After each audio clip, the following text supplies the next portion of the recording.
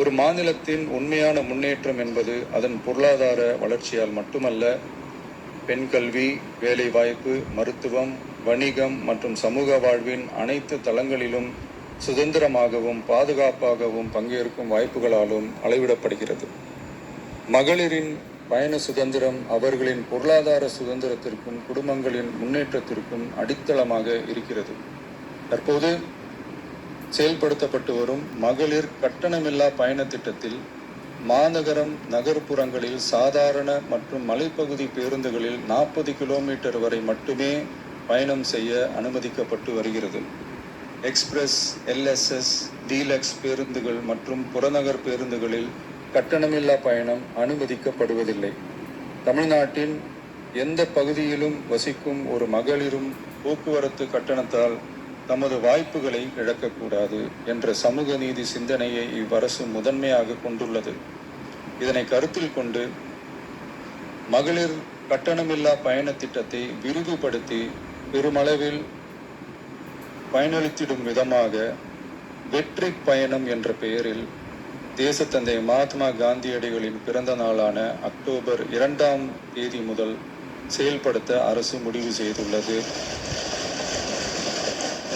இந்த மாமன்றத்தில் மகிழ்ச்சியுடன் அறிவிக்கிறேன். அதன்படி முதல் கட்டமாக மாநகரம், நகரங்களில் சாதாரண பேருந்துகள் மட்டுமின்றி மாநகரம், நகர்பகுதிகளில் இயங்கும் எக்ஸ்பிரஸ், எல்எஸ்எஸ், டீலக்ஸ் அரசு பேருந்துகளிலும் மகளிர் கட்டணமில்லா பயணங்கள் மேற்கொள்ளலாம்.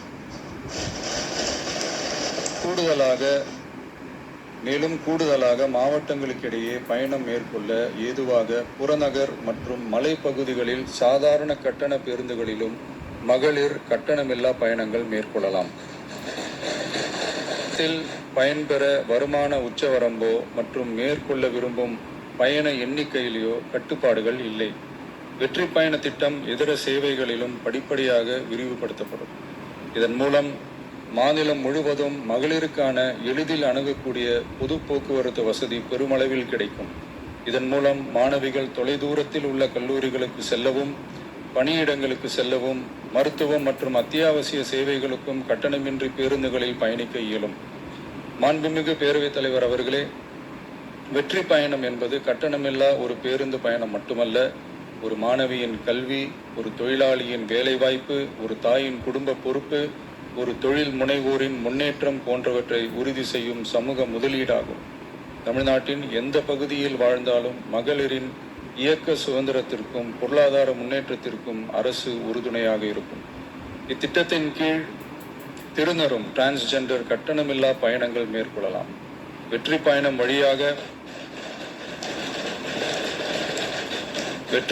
வழியாக மகளிரின் வாய்ப்புகள் விரிவடைந்து குடும்பங்கள் முன்னேறி சமூக நீதியும் சமத்துவமும் நிலை பெற்று வளமான வெற்றி தமிழ்நாட்டை உருவாக்கும் நமது பயணம் மேலும் வலுப்பெறும் என்பதை தெரிவித்துக் கொள்கிறேன்.